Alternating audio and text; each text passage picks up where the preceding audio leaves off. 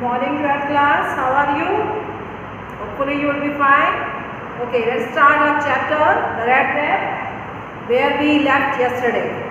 So up to now, we came to know that the main character of this chapter, Vagabond, who was selling rat trap, and last night he stayed in the house of a crofter, and after having a good hospitality by the old man, in the morning, early morning, they got up and went to their own ways. So now let's see what happened after that. So yesterday we were on the page number 34, first paragraph we have completed, and then but half an hour, last line थी, the man with the rat trap said goodbye and thank you, and thereupon each went to his own way. कि दोनों अपने अपने रास्ते चले गए. जो old man है उसको कहाँ जाना था? गाय का दूध लेने के लिए, निकालने के लिए अपनी, और उसको वैगाबॉन्ड को कहाँ जाना था? उसे अपने रास्ते जाना था, कहीं और स्टे के लिए, कहीं और मांगने के लिए, कहीं और सामान जो है बेचने के लिए. तो इस तरह से दोनों अपने अपने रास्ते चले जाते हैं. But half an hour later the rat trap peddler, लेकिन आधे घंटे बाद, ठीक आधे घंटे बाद क्या होता है? द रैट ट्रैप जो अभी सुबह चले गए थे, आधे घंटे के बाद फिर से उसी घर के सामने खड़ा है. आधे घंटे बाद फिर दोबारा वहीं वापस आ जाता है. Rat trap peddler stood again before the door, दरवाजे के सामने. He did not try to get in, लेकिन वो अंदर जाने की कोशिश नहीं कर रहा है कि वो दरवाज़ा खोल के या तोड़ के अंदर जाने की कोशिश नहीं करी. वो उसके घर के अंदर जाने के लिए, दोबारा जाने के लिए नहीं आया. वो किस लिए आया है? He did not try to get in, however, he only went up to the window. वो कहाँ गया? वो सिर्फ खिड़की के पास गया. अब you remember क्या है खिड़की पर? खिड़की पर वो पाउच लगा हुआ है जिसमें से निकाल के क्रॉफ्टर ने वो 30 कॉर्नर नोट जो है वो दिखाए थे उसको. ये देखो, तुम्हें अगर विश्वास नहीं आ रहा कि मेरी गाय के दूध बेच के अच्छी इनकम हो जाती है, तो पाउच में से वहाँ से उसने वो 30 कॉर्नर निकाल के उसके आंखों से देखो, ये देखो, ये रखे हैं. और फिर उसको आगे वहाँ को वापस रख के, और उसको कहाँ चला गया था? फिर से उसको खिड़की पर टांग के सुबह वो अपने काम पर चला जाता है. तो अब he went only to the window, smashed a pane. Smash मतलब वो जो उसका नाश्ता चौकट थी उसको उसने तोड़ा. स्मैश द पैन, सक इन हिज हैंड, और अपना हाथ डाला अंदर, stuck in his hand, and got hold of the pouch with the 30 kronor. Pouch उसने वहाँ से डाल के अपना हाथ, जो पाउच टंगा हुआ था वहाँ पर खिड़की के पैर पे, वो वहाँ से चौकट से उसने वो पाउच निकाल के उसमें से 30 कॉर्नर नोट निकाल लिए. He took the money and thrust it into his own pocket. उसमें से रुपए निकाले, अपने पॉकेट में ठूसे. Then he hung the leather pouch, और उस लेदर पाउच को उसने कुछ नहीं किया, उसको वापस वहीं पर एज इट इज टांग दिया. किसी को पता नहीं चलेगा कि उसमें से जो है उसने लिए वो वहीं लगा हुआ है ऐसे ही pouch. Very carefully back in its place and went away, और वहाँ से वो 30 कॉर्नर नोट लेके वहाँ से चला जाता है. उसका मकसद सिर्फ क्या था? तो 30 कॉर्नर नोट के ऊपर उसका जो है लालच के कारण वो दोबारा आया. वहाँ से उसने क्या करी? एक तरह से चोरी की, है ना. तो उसने वो 30 कॉर्नर नोट लिए एंड वेंट अवे, वहाँ से चला गया. As he walked along with the money in his pocket, he felt quite pleased. हाँ, जब हमें कोई किसी की चीज़ मिल जाती है, या किसी ने दे दी, या कहीं से मिल गई पड़ेगी, और या हमने उठा ली बिना उसको देखे, उसको पता भी नहीं, हमने उसका सामान उठा लिया, हाउ हैप्पी वी फील. कितने खुश होते हैं अपनी चतुराई पर, अपनी चालाकी पर. देखो, उसे पता भी नहीं चला उसकी चीज़ जो है अब ये मेरी जेब में है. अपनी मेहनत से जो कमाई चीज़ है उसके बजाय फ्री में चीज़ मिल जाए तो उसको हम ज़्यादा एंजॉय करते हैं, है ना, ये सोच के कि ये फ्री की है. तो ऐसे ही वो भी बड़ा खुश होता हुआ विथ हिज स्मार्टनेस, अपनी स्मार्टनेस का अलग, चतुराई पर, अपनी चालाकी पर. देखो, उसने मुझे 30 कॉर्नर नोट दिखाए, रहा था मैं उठने के लिए रात को, और वो और 30 कॉर्नर और फ्री में मिल गए वहाँ से. तो वो अपने उसके स्मार्टनेस पर खुश होता हुआ आगे बढ़ता है. He realized, of course, that at first he did not continue on the public highway. लेकिन one more thing is very true. क्या? कि जब हमने किसी की कुछ चीज़ चुराई हुई थी है, कहीं से कोई इलीगली हमारे पास कोई चीज़ है, तो उसे रख के हम जो नॉर्मल लाइफ है या नॉर्मल जो है वो नहीं रह पाते। क्या करते हैं हम जो है नॉर्मल लाइफ नहीं रह पाते। क्यों नहीं रह पाते? Because somewhere we are afraid of being caught. कहीं पकड़े ना जाए, कहीं किसी को पता ना चल जाए कि हमने चोरी की है। That's why the peddler was also feeling the same thing, because he had stolen 30 corner notes from the old man's house.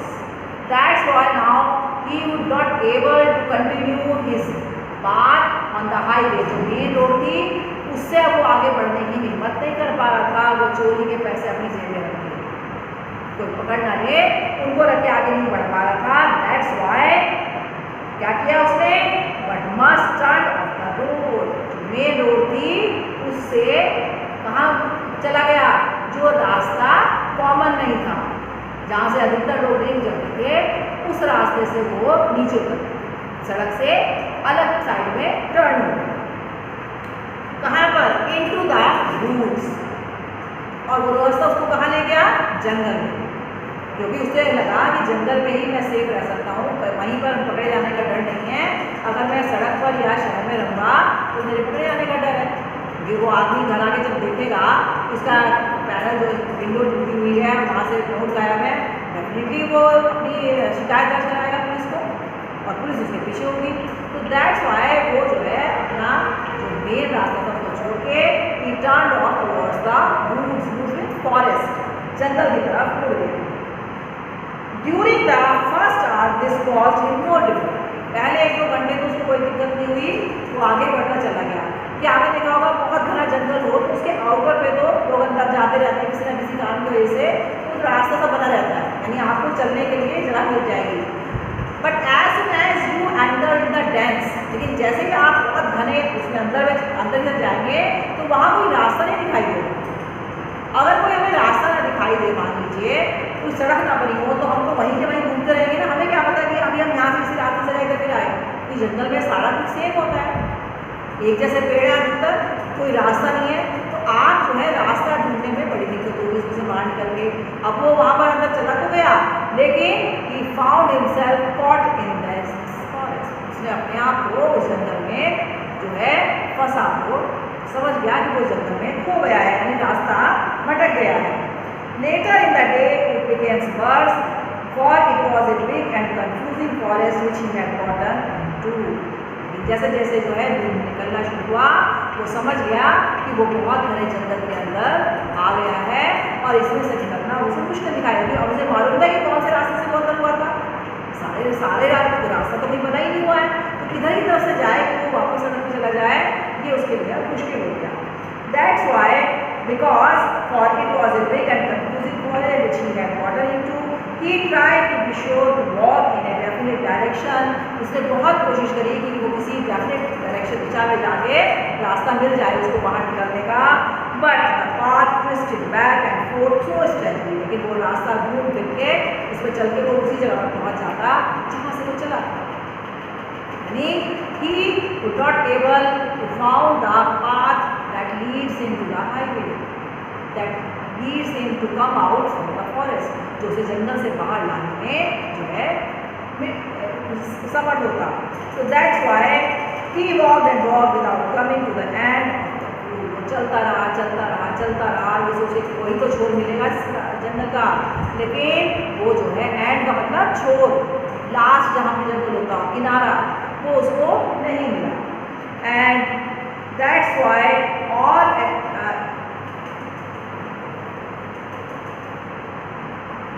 he realized that he had उसके बाद and finally he realized that he had only been walking around in the same part of the forest.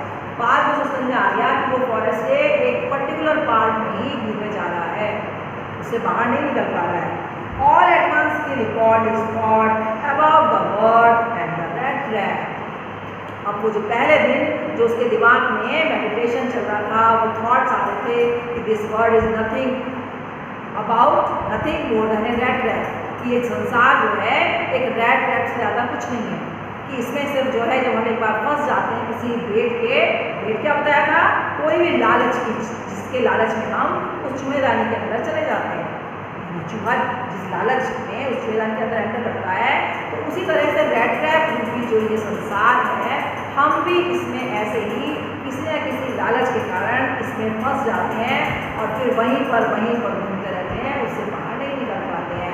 And the same thing he is realising for himself, अपने लिए वो same चीज़ वो realise कर रहा है कि वही जो फिलॉसफी लाइफ की, वही जो दर्शन था, अब वो उसके ऊपर लागू हुआ है। वो भी इस संसार रूपी रैट ट्रैप में कौन सा बेट, किसके लालच में, जो 30 करोड़ नोट जो उसमें निकाले हैं और वो चुराने के कारण अब वो भी इसमें फंस गया है और उससे बाहर निकलने का रास्ता, यानी कभी भी कोई हम लालच में कोई गलत काम करते हैं तो हम एक ऐसी परेशानी फंस जाते हैं कि उसके बाद एक और काम करेंगे, फिर एक और काम करेंगे और फिर हम ऐसे ही एक के बाद एक इस सांसारिक चीज़ों में फंसे रहते हैं। कुछ ना कुछ, अभी हमने एक घर बनाया, फिर 5 साल बाद नहीं, अब तो ये ग्रिल का डिज़ाइन पुराना हो गया, अब तो शीशे का चल रहा है, कांच का, अब वो लगवाएंगे, फिर कांच का लगाया, नहीं ये तो आउटडेटेड हो गया, अब स्टील वाला पैनल लगवाएंगे, नहीं अब यहाँ नहीं, अब ऐसे करवाएंगे, अब ये मकान हम थोड़ा और रिनोवेट करेंगे, अभी डाइनिंग टेबल थी बहुत अच्छी खरीदी थी, लेकिन आउटडेटेड हो गया, अब कांच वाले प्लेटफॉर्म वाली डाइनिंग टेबल। तो इस तरह से वो कहना चाह रहा है कि हम इस संसार रूपी फिर रैट ट्रैप से फिर कभी बाहर नहीं आ पाते। वो जो उसमें लगा हुआ पेज है, उसकी खुशबू के कारण उसको खाने के चक्कर में, उसको पाने के लिए हम वही इस संसार रूपी रैट ट्रैप में मुँह एक बार जब आ जाते हैं तो उसका बाहर निकलने का दरवाजा बंद हो जाता है। ये वो यहाँ पे कहना चाह रहा है। तो इसलिए he had late himself B fooled, अपने आप को उसने मूर्ख बनने दिया बाय ए बेट, उस बेट के चक्कर में, एंड हैड बीन कॉट, और अब उसमें चुनाव में फंस गया। The whole forest with its trunks and branches, पूरा जंगल with its trunks and branches, उसके तने, उसकी टहनियाँ, ये सब क्या है, its thickets and fallen logs, जो ये बड़े बड़े तने होते हैं ना, वो लॉग बोलते हैं, उसके बड़े बड़े तने हैं, वो पड़े हुए हैं, वो सब क्या है, closed in upon him like an impenetrable prison from which he could never escape. impenetrable से मतलब है कि वो उससे कभी बाहर नहीं निकल सकता, एक ऐसी जेल जिसकी ऊंची चारों तरफ से बंद है, जिसमें से आप भाग के नहीं जा सकते। तो कह रहे हैं कि ये सब जो है एक जेल की दीवारों की तरह होती हैं, जिसमें से वो अब कभी बचकर नहीं भाग पाएगा। It was late in December. Darkness was already descending over the forest. अब वो टाइम पीरियड बता रहा है कि जब वो जंगल में फंसा तो कौन सा टाइम पीरियड था, दिसंबर, and you know in December it's very cold. तो कह रहे हैं दिसंबर की रात थी और डार्कनेस, अब जैसे जैसे शाम हुई तो अंधेरा होना शुरू हो गया, सन हैज बीन सेट, सूरज जो था वो छिप चुका था। तो जब सूरज की तो रोशनी होगी जंगल में, और कहीं की होगी, जब सूरज चला गया तो डार्कनेस फेल ऑल अराउंड, चारों तरफ अंधकार छा गया, and darkness was already descending over the forest, अंधकार जो है पूरे जंगल पर उतर आया था। दिस इंक्रीज द डेंजर, अब खतरा और ज़्यादा बढ़ गया था, and increase also his gloom and despair, और सिर्फ खतरा ही नहीं, उसकी निराशा और उसकी चिंता भी बढ़ रही थी। किसकी, पैडलर, रैट ट्रैप सेलर जो 30 कॉर्नर नोट लेके वहाँ पे भाग के आ गया था और अब वहाँ से निकलने का रास्ता नहीं ढूंढ पा रहा था। Finally he saw no way out and he sat down on the ground. पूरा दिन वो ऐसे ही चलता रहा था, उसे बाहर निकलने के चक्कर में अब वो भूख से, थकान से, सब चीज़ों से एग्जॉस्ट हो चुका था कि अब कोई उसे रास्ता समझ में नहीं आ रहा था कि कैसे वो अपने आप को बचाएगा, यहाँ से कैसे ले जाएगा बाहर। तो इसलिए thinking that his last moment had come, ये सोच के कि उसका अंतिम समय आ गया, अब यहाँ से बाहर निकलेगा नहीं तो भूख की वजह से मर जाएगा कि नहीं।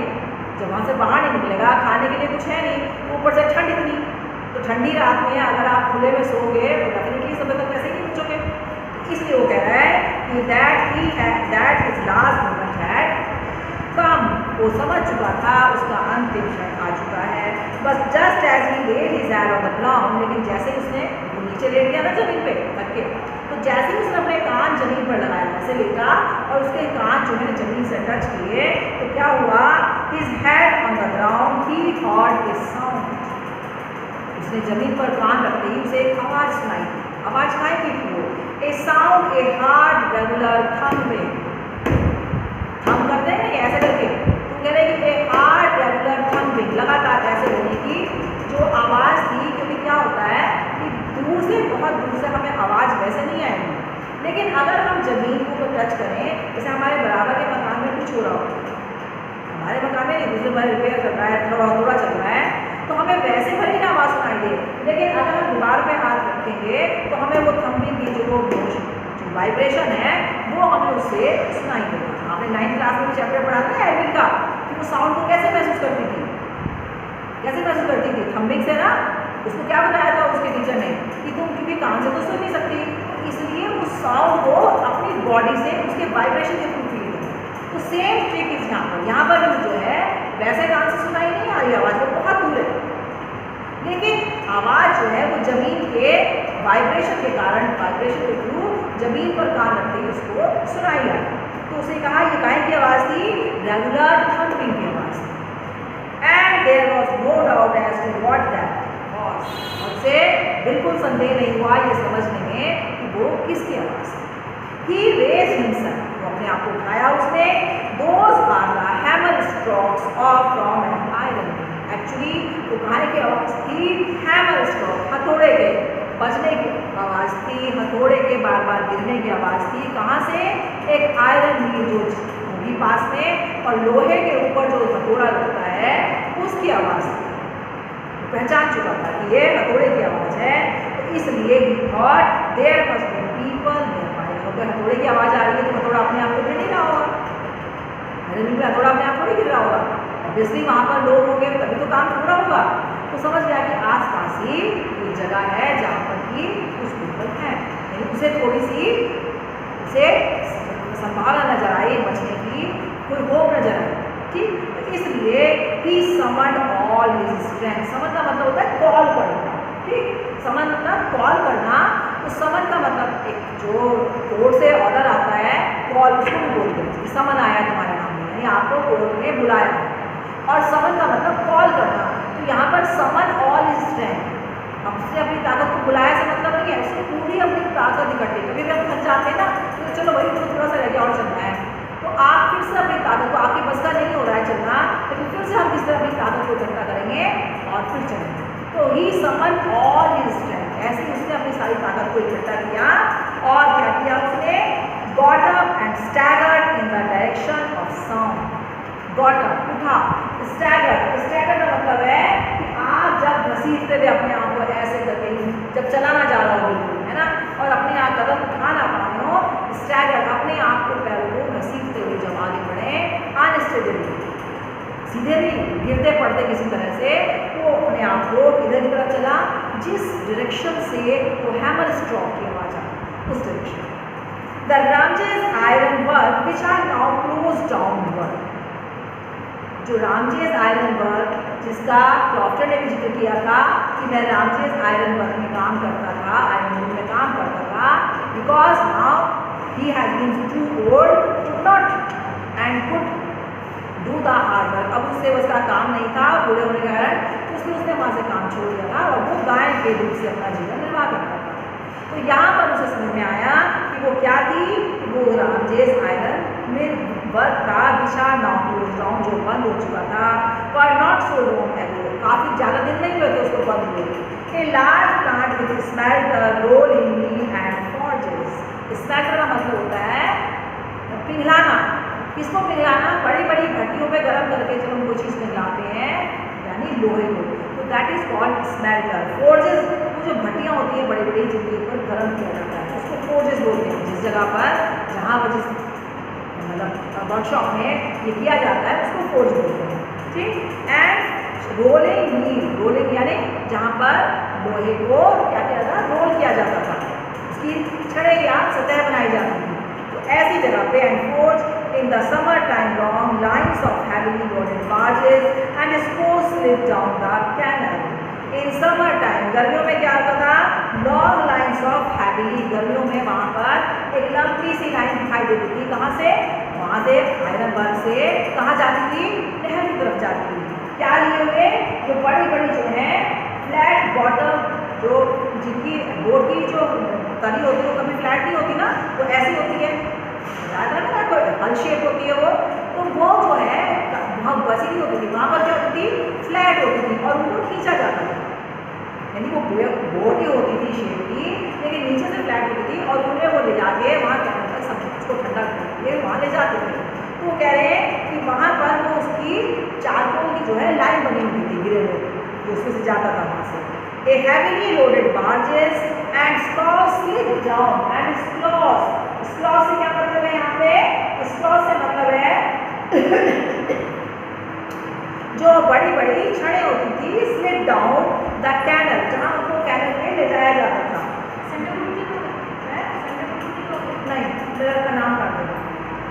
Which led to a large island lake, and in the winter time the roads near the mill were black from all the coal dust which shifted down from the big charcoal crates। क्या कह रहे हैं कि वहाँ पर large island lake पर ले जाया जाता था, and in the winter time, और सर्दियों में उस सड़क पर क्या बिछा रहता था, जो कोयला वहाँ पे लाया जाता था वो बिछा रहता था, जो क्रेट्स में कोयला लाया जाता था वो बिछा रहता था। During one of the long dark evening just before Christmas, तो ऐसे ही दिसंबर का मंथ बताया था ना, तो वो जिस दिन ये उसके साथ घटना हो रही है, ये कौन सा दिन है, जस्ट बिफोर द क्रिसमस, यानी 25 से पहले दिन की जो शाम है, 24 दिसंबर का दिन है। तो कह रहा है just before the Christmas eve, है ना, कि क्या कह रहे हैं कि during one the long dark evening just before Christmas the master smith and his helper sat in the dark rose near the furnaces waiting for the pig iron.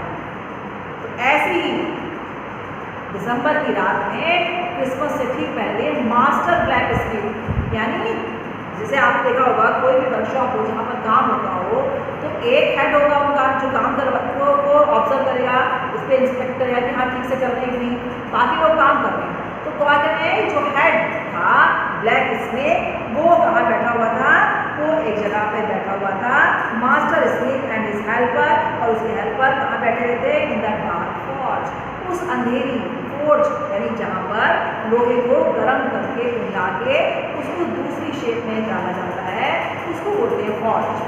ठीक, तो वहाँ पर नियर द फर्नेसेस जो भट्टियाँ जिसके ऊपर iron पिट जो है, यानी जो रॉ आयरन होता है, जो माइल से खदान से जैसा निकलता है कोयला लोहा, तो उसको बोलते हैं क्या, पिग आयरन, उसका नाम होता है पिग आयरन। तो उसके जो है वो पिघलने का वेट कर रहे थे, वो भट्टियों के ऊपर रखे हुए उसमें पिघल रहा था और वो पास में बैठे हुए थे। Which every now and then one of them got up to satire the glowing mass with a long iron bar, और उन्हीं में से कोई भी थोड़ी थोड़ी बाद जना उठता और बड़ी सी एक छड़ से उसको घुमाता था, जो लोहा पिघल रहा था उसको चला देता, टायर उठ के चला देता था। Returning in a few moments, every now and then one of them got up to satire the glowing mass with a long iron bar, long iron बड़ी सी लोहे की छड़ से, and returning in a few moments dripping with perspiration, इतना आप उसको चलाना इतना कठिन होता है, उससे क्या पसीने से तर होता है, क्योंकि वो किसके पास बैठे थे, सब फर्नेसेस के पास, तो सबको पसीना आ रहा था, जो काम कर रहे हैं तो सबको पसीना आएगा, perspiration।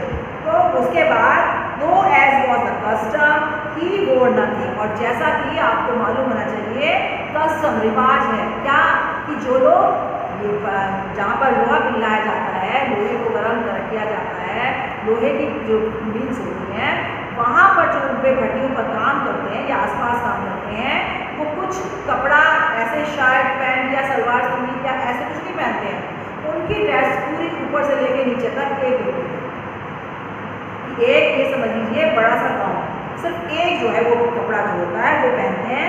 तो इसलिए क्या कह रहे हैं, nothing but a long shirt and a pair of boot shoes, और पैरों में जो शूज़ होते हैं वो चमड़े या प्लास्टिक के नहीं होते, उनके शूज़ लकड़ी के होते हैं, क्योंकि कहीं पर भी गर्म आयरन जहाँ पे भट्टियाँ हैं तो सब पिघल जाएंगे, इतनी गर्माहट होती है वहाँ पे, चमड़ा या प्लास्टिक का कुछ भी होगा तो वो अपने पैरों के रहेंगे नहीं बाकी ठीक उसमें। तो दैट्स वाई उनके जो वुडन शूज़ होते हैं, लकड़ी के जूते होते हैं, और ऊपर सिर्फ एक कपड़ा पहने रहते हैं ऊपर से नीचे तक। तो यही वो कह रहे हैं कि दो he was wore nothing but a long shirt and a pair of wooden shoes. All the time there were many sounds of being heard in the fort. पूरा टाइम वहाँ से अलग अलग आवाज़ें आती हैं। आवाज़ें कहीं की आती हैं कि अलग अलग आवाज़ें आ रही थी। The big bellow groan, big bellow groan, किसकी आवाज़ होती है बिग बेलो ग्रॉन की? बिग बेलो ग्रॉन जो है वो किसको बोलते हैं?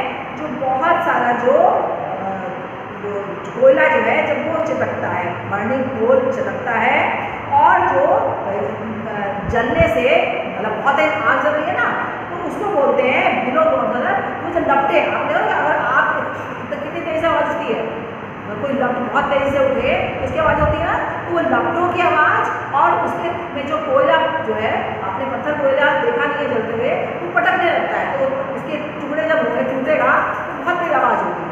तो ये आवाज़ें वहाँ से बार बार अक्सर आ रही थी। The fire boy shot charcoal into the mock of furnaces with a great deal of clatter. और कौन था?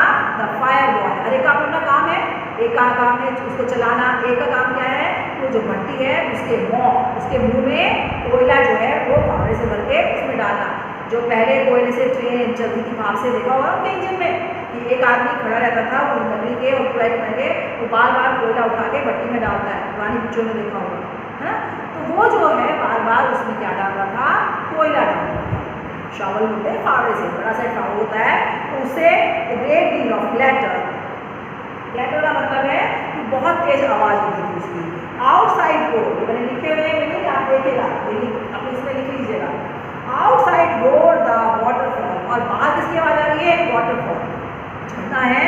And a sharp north end wind whisk the rain against the big tide, जो उधर की तरफ से हवा से वो जो झरने की पानी है उसकी जो बूंदें वो टाइल्स पर पड़ रही है, बहुत तेज हवा है तो इसलिए उसकी जो बूंदें हैं वो टाइल्स पर पड़ रही है, ब्रिक टाइल जो है उस पर पड़ती है।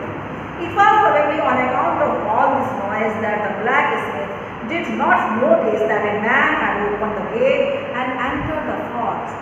शायद इतनी सारी जो आवाज़ें आ रही थी, शोर हो रहा था उनका, उसी के कारण जो ब्लैक स्मिथ था, main black Smith, master black Smith, उसने नोटिस ही नहीं किया। फॉर्ज का मतलब जहाँ पर ये सब काम हो रहा है ना, जहाँ पर आयरन का पट्टी है वहाँ पर आयरन को खुला है, तो उसने नोटिस ही नहीं किया कि फॉर्ज का गेट खुला। अदरवाइज कोई गेट को हाथ लगाएगा तो एकदम से आवाज़ आएगी नहीं, तो शांत होगा। तो इस शोर में जो सुनाई नहीं दिया कि किसी ने गेट खोला और वो आदमी अंदर फौज में आ गया था। कौन? पैडलर। उस आवाज़ को सुनते सुनते वहाँ तक पहुँच गया था, वहाँ पर पहुँच गया। And a man had open the gate and enter the forge until he stood close up to the furnace, जब तक कि वो बिल्कुल भट्टी के पास आके खड़ा नहीं हो गया था, तब तक उन्होंने किसी ने नोटिस ही नहीं किया कि कोई अंदर आदमी आया है। Surely it was nothing unusual for poor vagabond without any better shelter. लेकिन उनके लिए ये कोई आश्चर्य की बात नहीं थी। क्यों नहीं थी आश्चर्य की बात? Surely it was nothing unusual. ये कोई असामान्य यानी कोई ऐसी नहीं थी जो रोज नहीं होता हो, उसको बोलते हैं ना अनयूजुअल। यूजुअल तो सामान्य तो होता हो, तो ये कोई अनयूजुअल नहीं था। क्या? पुअर वैगाबॉन्ड यानी किसी मजदूर या जो फेरी लगा के सामान बेचते हैं, बंजारे, उनको बोलते हैं वैगाबॉन्ड। कि उसके लिए विदाउट एनी, जब उनके पास कोई अच्छा रहने का, रात बिताने का, टिकने का, रुकने का, सोने के लिए कोई शेल्टर ना हो, for the night to be attracted the फौज, की वो अट्रैक्ट किसकी तरफ जाते थे? फौज, बट जो आयरन मिल थी वहाँ के तरफ अट्रैक्ट हो जाते। क्यों? क्योंकि उन्हें पता है कि वहाँ पर भट्टी है और जहाँ पर भट्टी चल रही होगी, जहाँ आग जल रही होगी, तो उसके आसपास ठंड नहीं लगेगी, शेल्टर वहाँ पे है। तो कह रहे कि इसलिए वो वहाँ पर आ जाते थे। By the glow of light, attracted by the force by the glow of light which escaped through the sooty pans, जो चमक थी वहाँ की, इसकी जो आग जलने की जो उसकी लाइट्स थी उसकी वहाँ से पैन से दिखाई दे रही थी। And to come into warm themselves in front of the fire, और अपने आप को गर्म, जब ठंड हो तो जहाँ भी दिखाई दे रही हो आपको कि आग जल रही है तो हम वहीं पहुँच जाते हैं नहीं, कि जहाँ पर गैस आग सर्दी होता है ना कि गैस के पास पड़े तो कैसे हाथ हो जाएंगे, तो ऐसे ही वो जो है फायर जहाँ पे चल रही हो आग के पास अपने आप को गर्म करने के लिए अक्सर आ जाती थी। इसलिए उसने जो है वहाँ पर उसने नोटिस ही नहीं किया। The black smith glance only casually and indifferently. अब जो ये था ब्लैक स्मिथ, इसने क्या किया? Look glanced only casually and indifferently at the intruder. Indifferently का मतलब क्या होता है? I have told you earlier also, many times I told you. Indifferent. देखो एक होता है love, एक होता है hate, है ना? तो जब ना तो आप उस आदमी को पसंद करते हो, ना उसको चाहते हो, एक चीज़ तो वो, और एक आप उससे घृणा भी ना करते हो, है ना? तो क्या होगा कि उसने उसको कैसे देखा? इनडिफरेंटली। इनडिफरेंटली मतलब आप उसको अवॉइड कर रहे हो, है ना? उसको आपसे को उससे आने से या ना आने से कोई मतलब नहीं है, तो उसने उसकी तरफ इनडिफरेंटली देखा। जैसे उसको देख के कोई खुशी रही हुई ना कोई वो हुआ, तो ऐसे इनडिफरेंटली कि the black is glanced, glance मतलब नजर डालना, ऑनली कैजुअली, कैजुअली ऐसे एंड इनडिफरेंटली, बिना उसको जो है कोई पसंद करे हुए, एट द इंट्रूडर, इंट्रूडर बोलते हैं जो जबरदस्ती अंदर एंटर हो जाए, उसको इंट्रूडर बोलते हैं, जो आपकी परमिशन से वहाँ ना आया हो, जो आदमी बिना परमिशन लिए कहीं अंदर एंटर हो गया तो उसको बोलेंगे इंट्रूडर, है ना? तो he look the way people of this type usually did, वो रोज अक्सर देखता था कि इस तरह के लोग अक्सर ऐसा करते थे, with a long beard, dirty rag and with a bunch of red rag dangling on his chest, जैसा कि वो पैडलर था, वो dirty rag and with a bunch of red rag dangling, उसके छाती में क्या कर रहे थे? चुन्नीदानी लटकी हुई थी, कई सारी बंच उनका वो टंगा हुआ था, दाढ़ी बड़ी हुई थी, कपड़े कैसे पहले चीतड़े, और इस तरह से वो उसे आदमी कैसा दिखाई दिया? ऐसे ही वो मजदूर था, तो उसने उसके ऊपर कोई खास ध्यान नहीं दिया, उसे देख के खड़ा हो गया हो, पूछ रहा हो कौन हो तुम, क्या चाहिए, नहीं आया, उसे पता है कि ये लोग किसलिए आते हैं।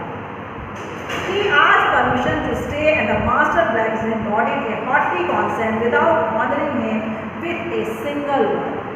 अब उसने इशारों में वहाँ पे उससे ऐसे करके परमिशन मांगी कि मैं यहाँ पे लेट जाऊँ, और उसने अपना सिर हिला दिया, उसे इतना भी सम्मान नहीं दिया कि वो हाँ ठीक है लेट जाओ, एक शब्द मुँह से निकाला, सिर्फ सिर हिला के उसको हॉटी, नॉटेड का मतलब सिर हिला के उसने अपना कॉन्सेप्ट का मतलब सहमति दे दी कि हाँ ठीक है लेट जाओ, रुक जाओ, है ना, आराम करो।